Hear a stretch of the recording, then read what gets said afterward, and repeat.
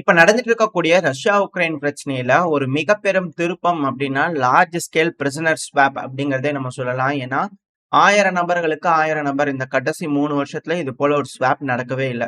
இது ஒரு large scale swap அப்படிங்கிறதுனால மினிமம் 3 நாளாவது ஆகும். 3ல இருந்து 5 நாளுக்குள்ள ஆகும்.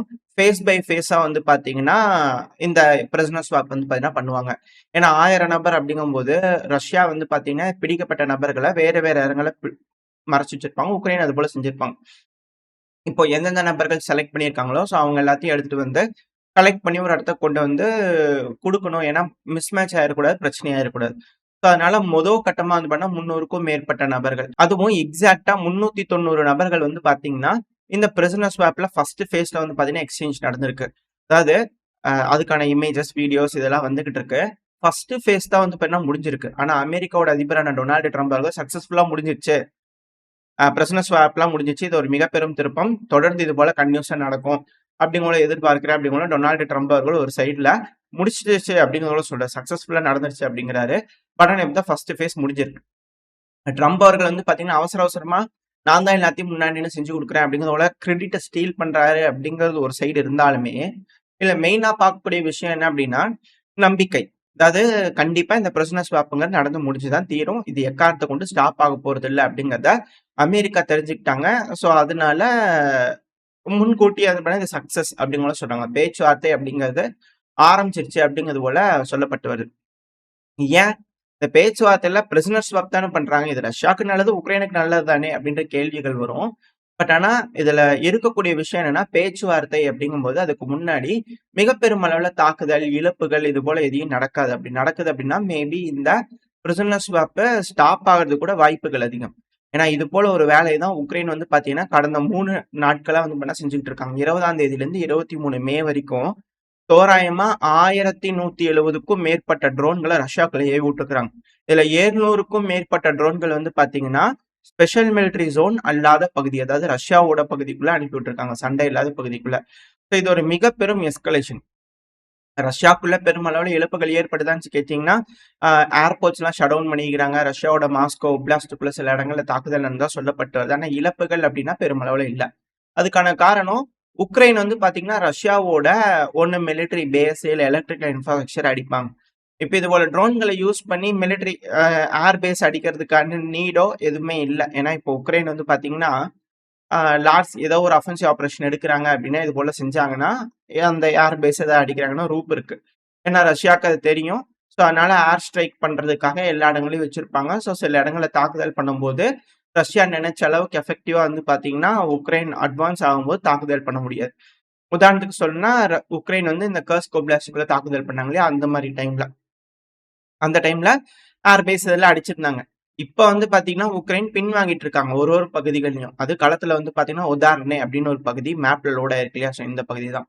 ஸோ அந்த பகுதியில வந்து பண்ணா ரஷ்யா எப்படி போய் அடிச்சாங்க, எப்படி பிடிச்சாங்க அப்படிங்கிற பல இடங்களையும் வந்து பாத்தீங்கன்னா ரஷ்ய வீரர்கள் பிடிச்சதுக்கு அப்புறமா கொடியை விரிச்சு காமிச்சிருக்காங்க. ஸோ புது பகுதிகள் ரஷ்யா மேலும் மேலும் முன்னேறி பிடிச்சுக்கிட்டே இருக்காங்க. பல பகுதிகள், அதுவும் குப்பியான்ஸ்க்கு பக்கத்துல இருக்கக்கூடிய வில்லேஜஸ் எல்லாம் ரஷ்யா பிடிச்சிட்டாங்க. குப்பியான்ஸ்கோட வடக்கு பகுதியில ரஷ்யா வந்துட்டாங்க அப்படிங்கலாம் சொல்லப்பட்டு வருது. பட் ஆனா இன்னும் வீடியோ எவிடன்ஸ் வரல. வந்துச்சுன்னா நம்ம அதை கன்ஃபார்ம் பண்ணலாம். ஆனா பல இடங்கள்ல இது போல முன்னேறிட்டு இருக்காங்க. பல செட்டில்மெண்ட்ஸையும் பிடிச்சிட்டாங்க அப்படிங்கிற ரிசல்ட்ஸ் வந்துகிட்டு இருக்கு. இந்த உதாரணம் இதெல்லாம் ரஷ்யாவோட டிஃபென்ஸ் மினிஸ்டர் கன்ஃபார்ம் பண்றதுக்கு முன்னாடியே பல இடங்கள் முன்னேறிட்டாங்க ரஷ்ய வீரர்கள் அப்படிங்கிற வீடியோ பதிவுகள்லாம் வந்துகிட்டு இருக்கு. அவங்களே கன்ஃபியூஸ் ஆயிருக்காங்க. ஏன்ப்பா எந்த இடத்துல இப்ப முன்னேறி இருக்கிறீங்க அப்படின்னு. ஏன்னா என்டையர் ஃப்ரண்ட் 1000 கிலோமீட்டர் ஃப்ரண்ட் லைன்ல முன்னேறிட்டு இருக்காங்க. நான் விளையாட்டுக்காக சொன்னேன். ஆனா அந்த அளவுக்கான ஒரு அஃபென்சிவ் ஆபரேஷன் வந்து பாத்தீங்கன்னா ரஷ்ய தரப்பு வந்து ஃப்ரண்ட்ல இருக்காங்க. இப்படி இருக்கும்போது இது போல எஸ்கலேஷன் நடக்குது அப்படின்னா உக்ரைனோட ஃப்ரஸ்ட்ரேஷன் தெளிவா தெரிய வருது. இது போல எஸ்கலேட் பண்ணிட்டே இருக்கிறாங்க அப்படின்னா உக்ரைனுக்கு மேலும் மோசமான டேர்ம்ஸ் எல்லாம் வருது அப்படிங்கும்போது அவங்க இன்னும் ஃப்ரஸ்ட்ரேஷன்ல பயங்கரமான தாக்குதல் செய்யறதுக்கு வாய்ப்பு இருக்கு. எசுக்கு puchka nuclear plant, power plant எதையாவது அடிச்சிட்டாங்க அப்படின்னா அது மேலும் சிக்கலை ஏற்படுத்தும். ஸோ வந்து உக்ரைனுக்கு வந்து பாத்தீங்கன்னா அழுத்தங்கள் பெரும் அளவுல இருக்கு. ரஷ்யா மெமராண்டம் ரெடி பண்ணிட்டு இருக்காங்க. அது வேட்டிகன்ல வச்சு பேசும்போது சாமி முன்னாடி வச்சு கல்பூரம் மட்டும் சத்தியம் வாங்க போறாங்க. அதுதான் இங்க நடக்க போகுதுன்னு நினைக்கிறேன். பட் இருந்தாலும் பரவாயில்ல, அங்க வச்சு பேசும்போது என்ன மாதிரியான டேர்ம்ஸ் வரப்போது, உக்ரைன் இதுக்கெல்லாம் ஒத்துக்க போறாங்க அப்படிங்கிறது தெரியல. ஆனா இயு வந்து பாத்தீங்கன்னா ஒத்துக்கணும். யூரோப்பியன் யூனியன் சும்மா சும்மா உக்ரைனுக்கு உதவி பண்றேன், இதெல்லாம் ஒத்துக்க மாட்டோம் அப்படின்னு ஒருத்தவங்க முறுக்கிட்டு இருந்தாங்கன்னா என்ன பண்றது? ஸோ அதனால யூரோப்பியன் யூனியனுக்கு அழுத்தங்கள். அது ரஷ்யாக்கு சாங்ஷன்கள் போட்டிருக்கணும். ஆனா ரஷ்யாக்கு போட மாட்டேன்ட்டாங்க, கண்டம் பண்ண மாட்டேன்ட்டாங்க அமெரிக்கா.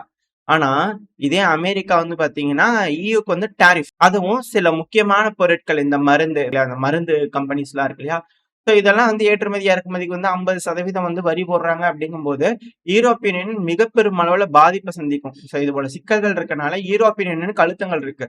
ரஷ்யா சொல்ற டேர்ம்ஸுக்கு கம்முன்னு கேட்டுக்கிட்டு ஒத்துக்கிட்டு கையெழுத்த போட்டுட்டு சரின்னு சொல்றீங்க, இல்லைன்னா சிக்கலாயிரும் அப்படிங்கிற போல மிரட்டுறாங்களா அப்படின்ற கேள்விகள் வருது. அடுத்தது ரஷ்யா வந்து பாத்தீங்கன்னா மிக பெரும் அளவுல தயாராயிட்டு இருக்காங்க. அவங்களோட ஸ்பேஸ் ஃபோர்ஸ் எல்லாத்தையும் வந்து பண்ணா ரெடி பண்றதுக்கான வேலைகள் இறங்கியிருக்காங்க. திரும்ப ஒரு ராக்கெட்டை ஏவி விட்டுருக்காங்க. சேட்டலைட்ஸ் எல்லாம் லான்ச் பண்ணியிருக்காங்க. ஸ்பேஸ் ஃபோர்ஸுக்கு தேவைப்படக்கூடிய முக்கியமான சேட்டலைட்ஸ் இது எல்லாமே அவங்களுக்கு தேவை அப்படின்னு சொல்லப்பட்டு வருது.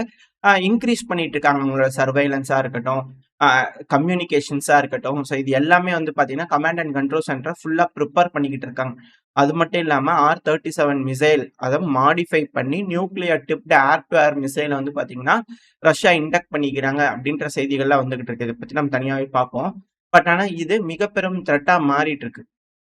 ஏன்னா எதுக்காக air to air nuclear missile வேணும்? ஏர் டு கிரவுண்ட் மிசைல்ங்கிறது வேற, கிரவுண்ட் டு கிரவுண்டுங்கிறது வேற. ஏர் டு ஏர் அப்படிங்கும்போது எதுக்காக அப்படின்ற கேள்விகள் வருது. ஒருவேளை மிசைல்கள் இருக்குன்னா வான் பரப்ப வந்து பாத்தீங்கன்னா ரேடியேஷன்ல பாதிப்படை வைக்கணும் அப்படின்றதுக்கு வேணும்னா இது போல மிசைலை யூஸ் பண்ணலாம்.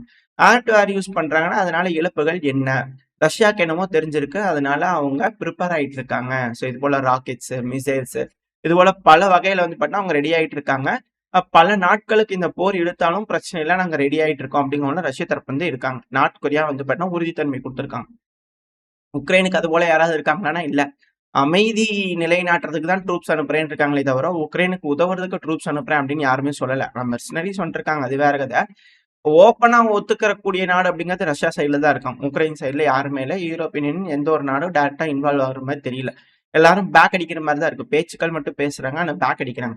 ஸோ இது போல சூழ்நிலையில தான் பேச்சுவார்த்தை நடக்க போகுது. ஸோ கிளியரா ரஷ்யாக்கு அப்பர் ஹேண்ட் இருக்கு. ஸோ அந்த விஷயத்த வந்து பாத்தீங்கன்னா சீர்குலைக்கணுன்றதுக்காக உக்ரைன் தன்னால முடிஞ்ச எல்லா வேலைகளும் செய்யறாங்க அப்படிங்கிற மாற்று கருத்துல.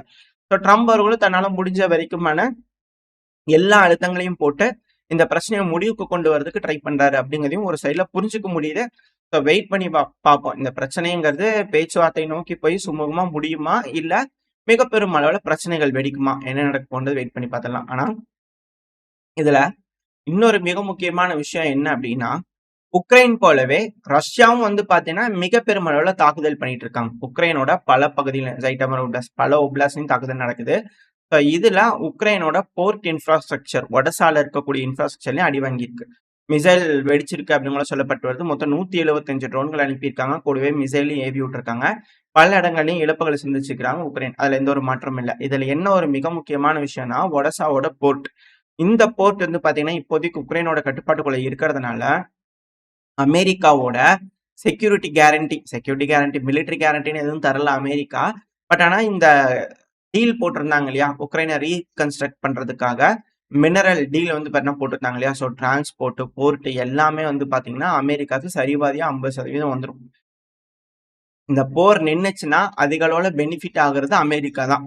ஏன்னா மிக பெரும் அளவுல பகுதிகள் உக்ரைன் இருக்கு. சில பகுதிகள் தான் உக்ரைன் இழந்திருக்காங்க. ரஷ்யா கேட்கிற மாதிரி லுகான்ஸ்க், டொனஸ்க்கு, ஜாப்ரோசியா கொடுத்தாலுமே பேலன்ஸ் இருக்கக்கூடிய பகுதிகள் எல்லாமே வந்து பாத்தீங்கன்னா அமெரிக்காவோட கட்டுப்பாட்டுக்குள்ள இருக்கும். ரெண்டாவது அது ஒரு செவுரா மாறிடும். யூரோப்பியன் யூனியனுக்கும் ரஷ்யாவுக்கும் நடுவுல வந்து பாத்தீங்கன்னா அது ஒரு செவுரா மாறிடும். உறவுகளும் மேம்படுத்த முடியாது. ரெண்டாவது யூரோப்பியன் யூனியனோட கண்ட்ரோல் எல்லாமே வந்து பாத்தீங்கன்னா அமெரிக்கா கிட்ட இருக்கும். ரஷ்யா கிட்ட இருந்து ஆயில் வாங்கினா அதுல ஒரு வருமானமும் அமெரிக்காவுக்கு போகும். யூரோப்பியன் யூனியன் வாங்கினா, ஏன்னா சீப்பான கேஸ் அப்படிங்கிற சொல்றாங்க இல்லையா. ஸோ அது போல விஷயங்களை இதுக்கப்புறம் மறந்துடலாம். அமெரிக்கா ஒரு மேசிவான கண்ட்ரோல் யூரோப்பியன் யூனியன் மேல இந்த இடத்துல உக்ரைன் மேல வச்சிருக்காங்கன்றதுல மாற்று கருத்து இல்ல. அந்த ஒரு காரணத்தினால கூட யூரோப்பியன் யூனியன் உக்ரைனை வந்து எப்படியா நம்ம சில பகுதிகள் எடுக்கணும் போல போலாண்டு யோசிச்சாலும் ஆச்சரியப்படுறதுக்குல. ரெண்டாவது ரஷ்யா வந்து பாத்தீங்கன்னா இல்ல இது நம்மளுக்கு ஃபேவரபிளான டேர்ம்ஸ் இல்லை அப்படிங்கறதுனால இந்த பிரச்சனையை இழுத்தாலும் ஆச்சரியப்படுறதுக்குல. பட் ஆனா உக்ரைன் இல்ல இது சுத்தமாவே நம்மளுக்கு ஃபேவரபிளா இல்ல, அமெரிக்கா வந்தானே எல்லாத்தையும் எடுத்துக்குவா நம்ம கிட்ட இருந்து, அதனால நம்ம போற தொடர்ந்து செஞ்சுக்கிட்டே இருக்கலாம்னு யோசிச்சாலும் ஆச்சரியப்படுறதுக்குல. எது எப்படியோ மிக மோசமா உக்ரைன் சிக்கியிருக்கு அப்படிங்கிறது தான் இதுல இருக்கக்கூடிய விஷயம். ஸோ வெயிட் பண்ணி பார்ப்போம். ஏன்னா இது போல போர்ட் இன்ஃப்ராஸ்ட்ரக்சர் மேலாம் உடசால அடிச்சிருக்காங்க அப்படின்னா, அமெரிக்க தரப்புல எந்த மாதிரியான ரெஸ்பான்ஸ் வரப்போகுது, அதுக்கான கண்டனங்கள் என்ன வரப்போகுது அப்படிங்கிறத வெயிட் பண்ணி பார்த்தலாம். இல்ல கண்டனமே தெரிவிக்காம, "அப்பா சாமி விடுங்கப்பா, போதும் முடிச்சுட்டு விடுங்க" அப்படிங்கிறது போல நிலைமையில அமெரிக்கா இத பிரச்சனைய முடிப்பாங்களா? என்ன நடக்க போன்றது வெயிட் பண்ணி பார்த்தரலாம். ஓரளவுக்கான தகவல்கள் இந்த பதிவுல பார்த்திருப்போம்னு நினைக்கிறேன். இதோட இந்த பதிவு நான் முடிச்சுக்கலாம். இந்த பதிவு எப்படி இருந்துச்சு உங்களுக்கு பிடிச்சிருக்கா? பிடிச்சிருந்தா லைக் பண்ணிட்டு உங்க ஃப்ரெண்ட்ஸ் அண்ட் ஃபேமிலியோட ஷேர் பண்ணிக்கோங்க. அது கூடவே மறக்காம இந்த பதிவு பத்தின உங்களோட கருத்துக்கள கமெண்ட் செக்ஷன்ல சொல்லுங்க. இந்த பதிவு நல்லா இருக்கும்ன்ற நம்பிக்கையில அடுத்த பதிவுல உங்கள சந்திக்கிறேன். அது வரைக்கும் ஸ்டே சேஃப். பாய்.